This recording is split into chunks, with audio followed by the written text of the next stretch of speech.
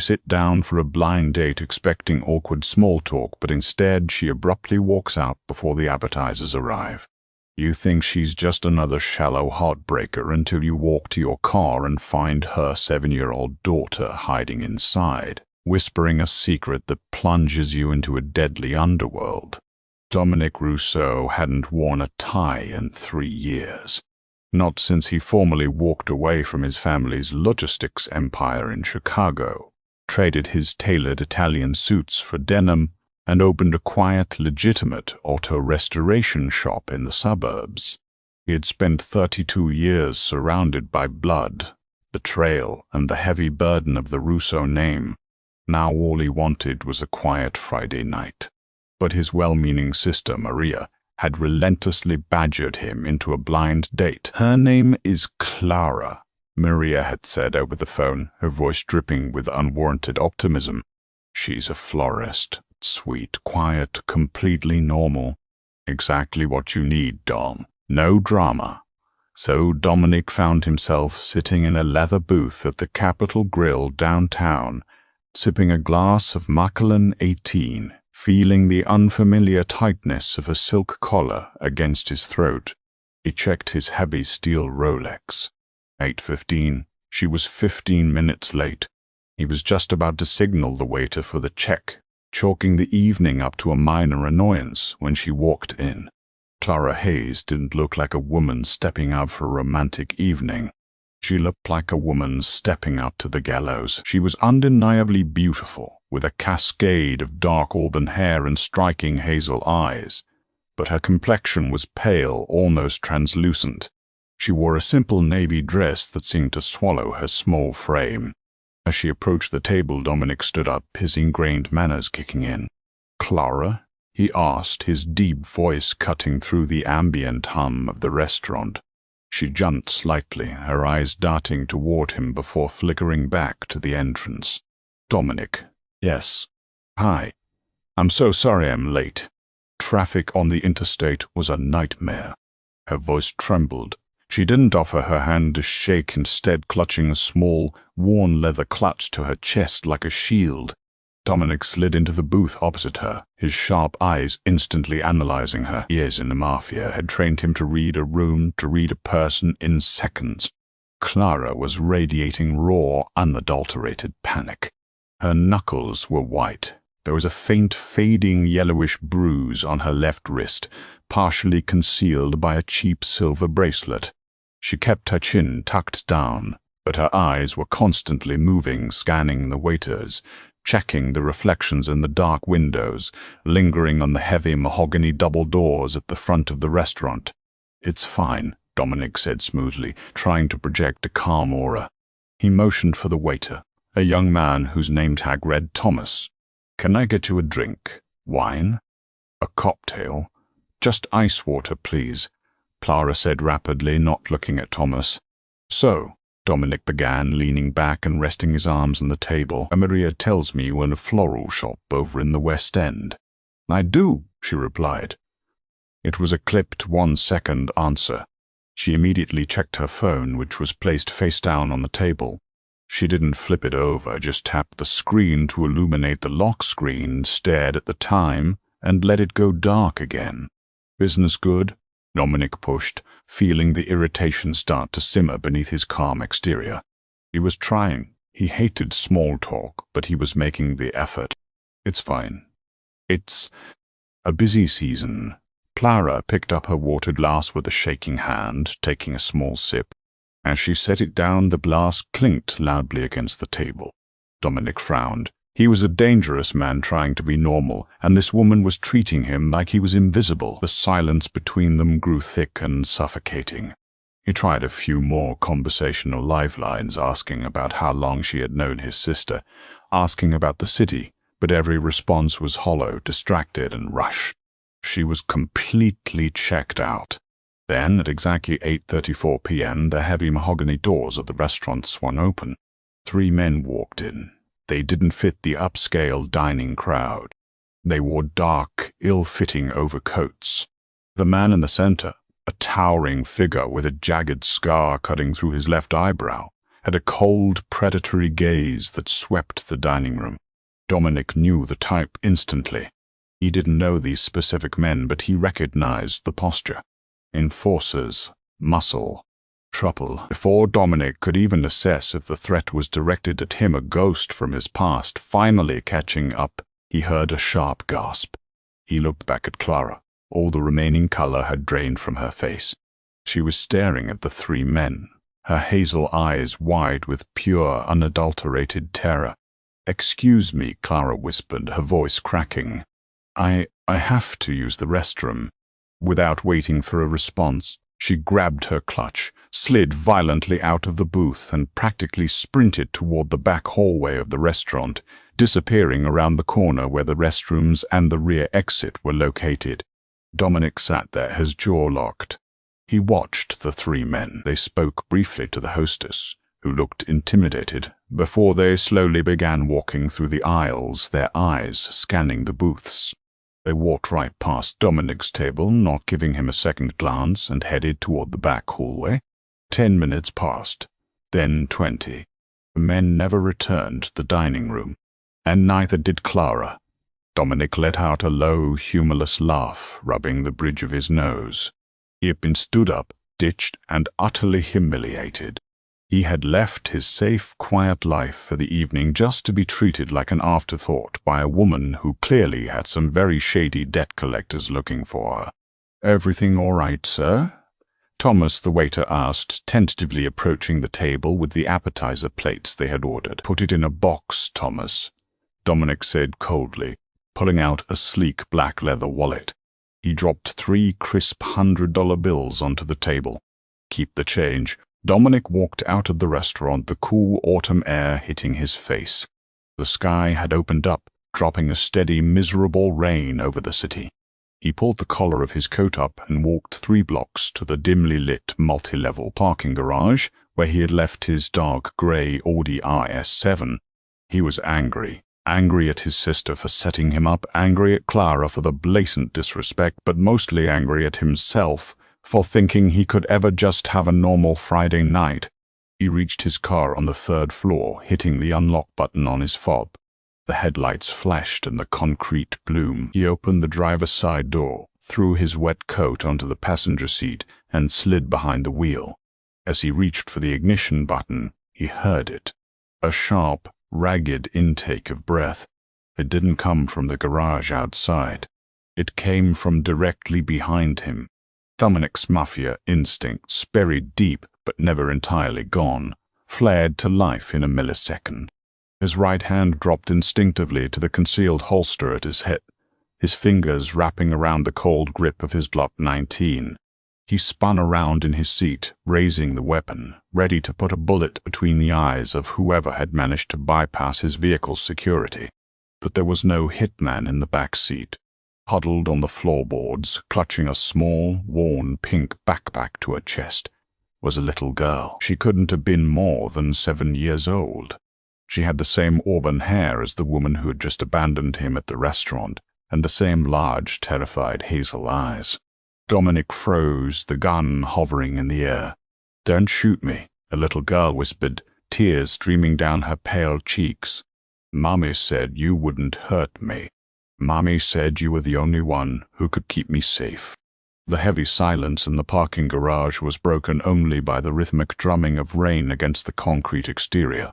Dominic slowly lowered the block, his mind racing to process the absolute absurdity of the situation.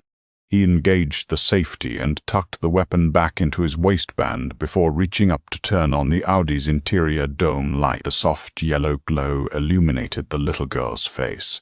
She was shivering violently, her clothes damp, staring up at him with a mixture of absolute terror and desperate hope. "Who are you?"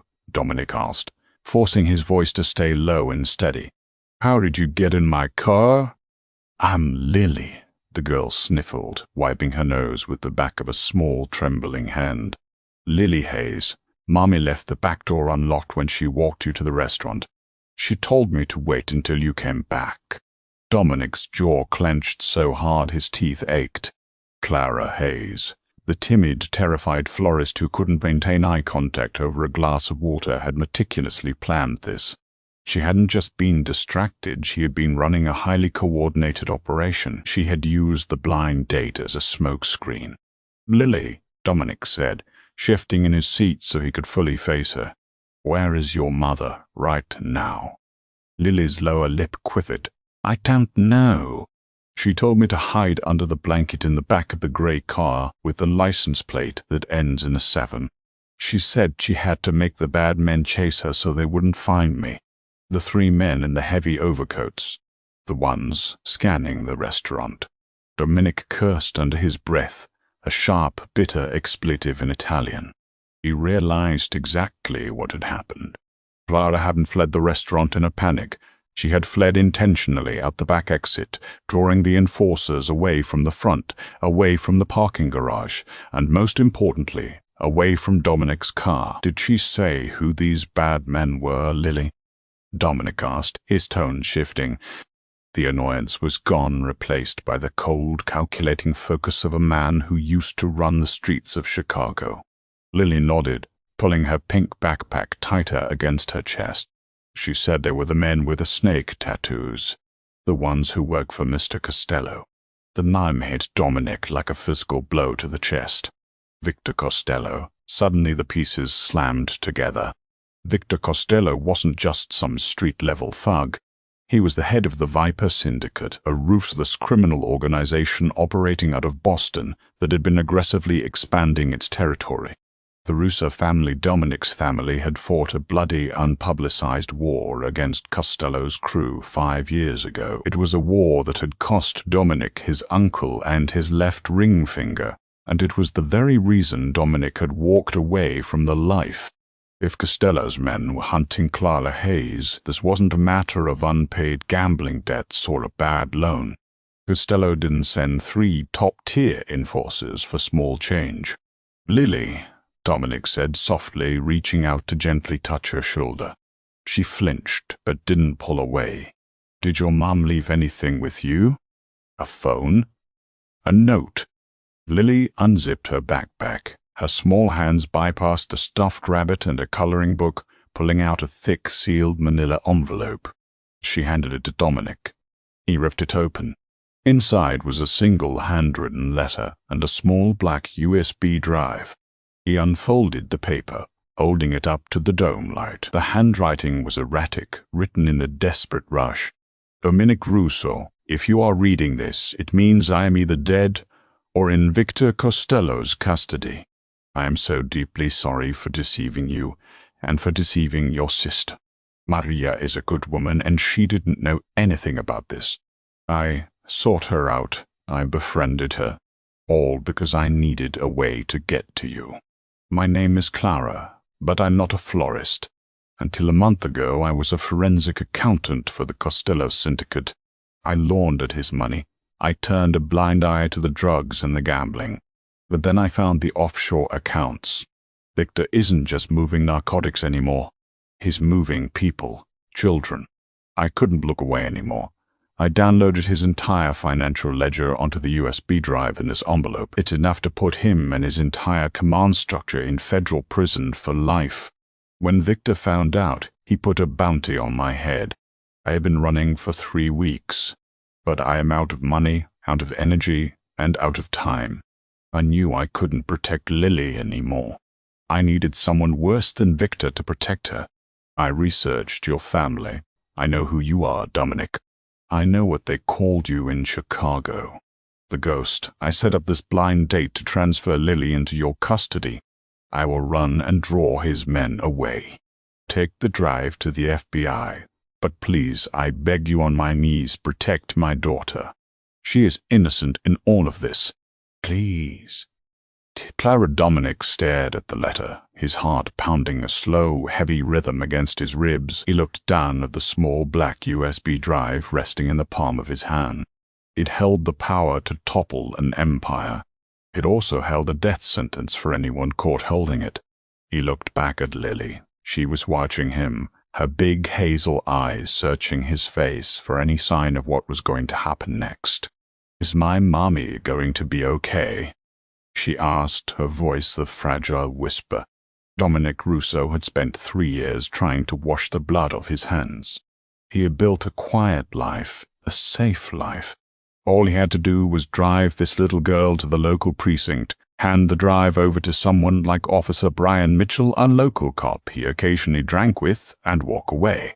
He could go back to fixing plastic cars and pretending the monsters didn't exist. But he knew the reality of the streets. Officer Mitchell was a good guy, but local cops leaked.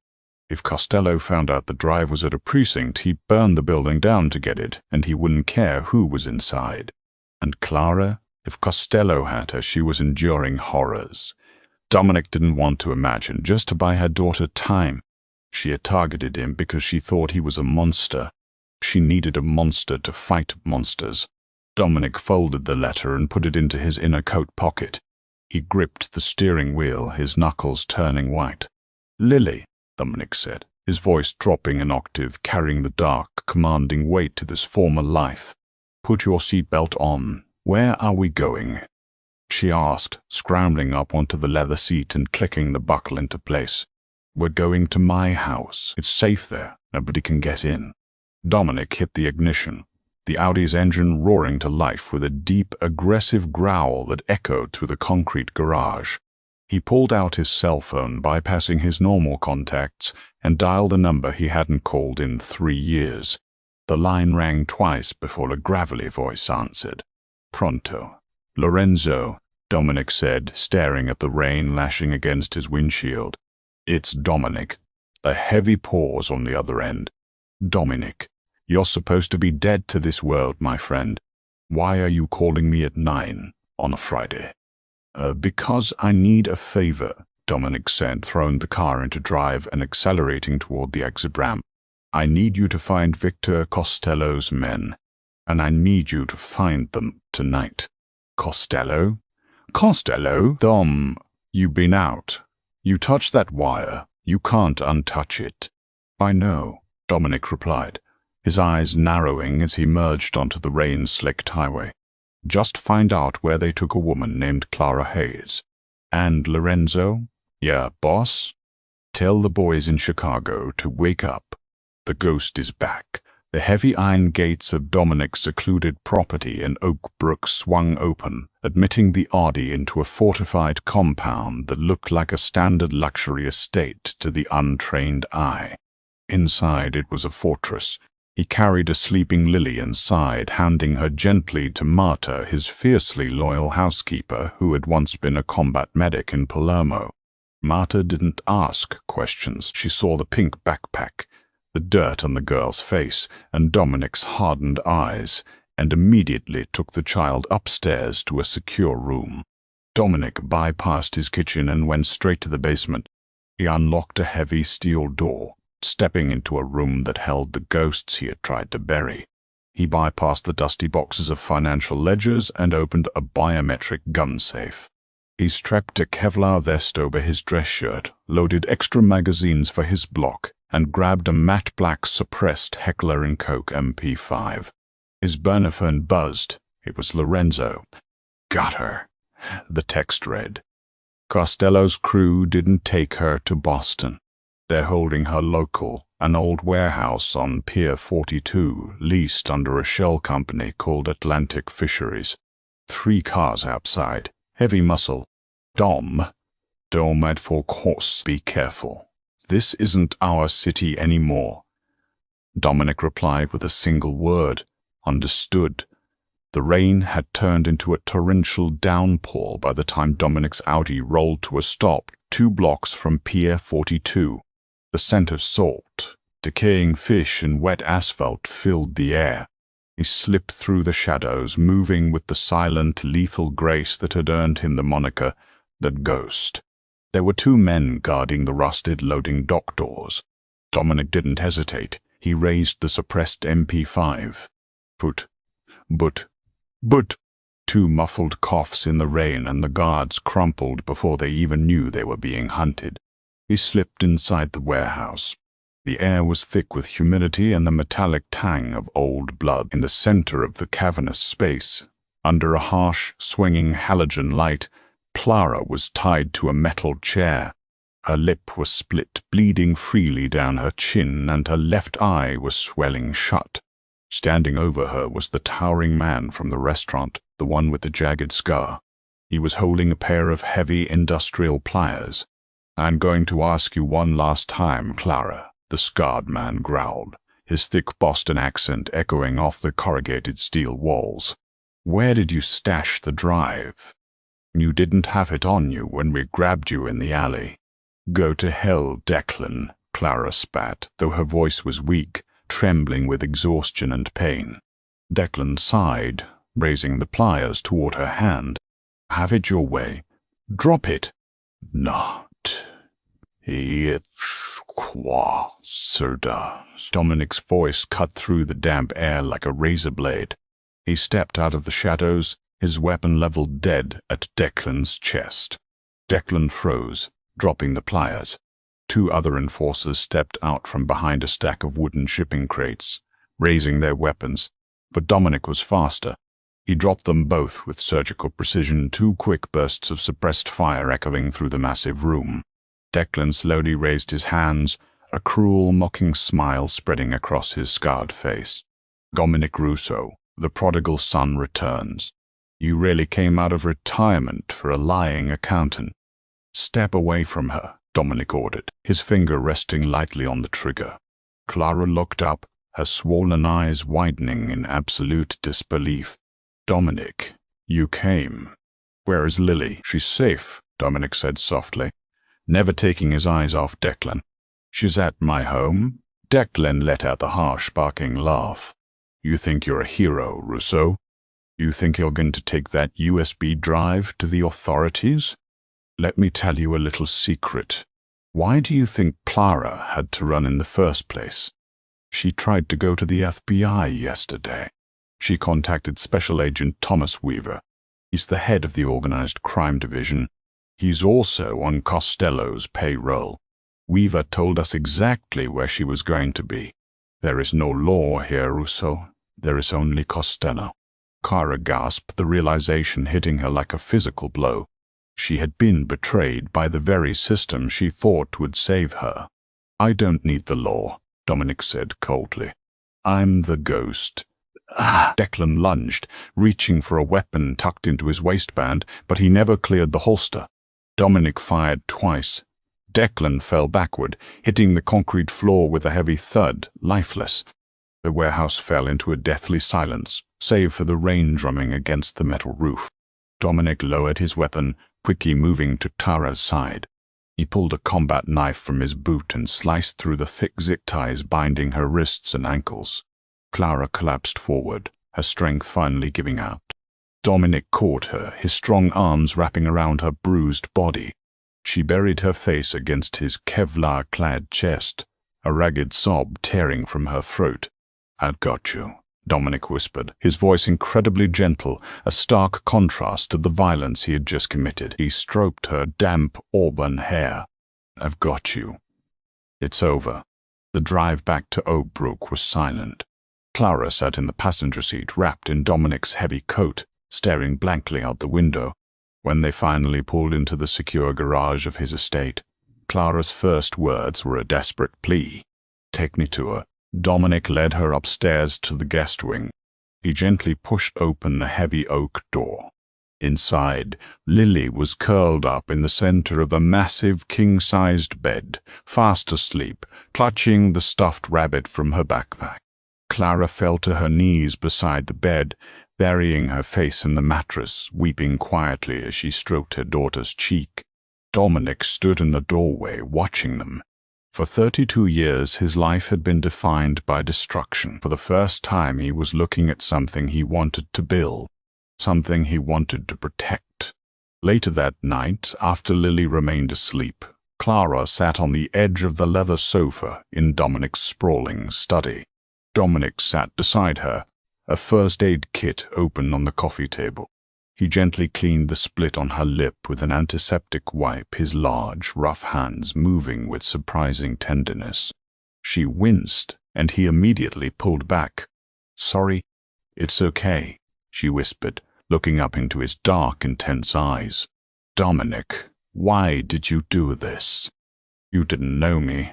I used you. I put a target on your back. You did what a mother had to do, Dominic replied, packing away the medical supplies. And you were right. I am a monster, but I guess I just decided I wanted to be your monster. Clara reached out, a small, bruised hand resting over his.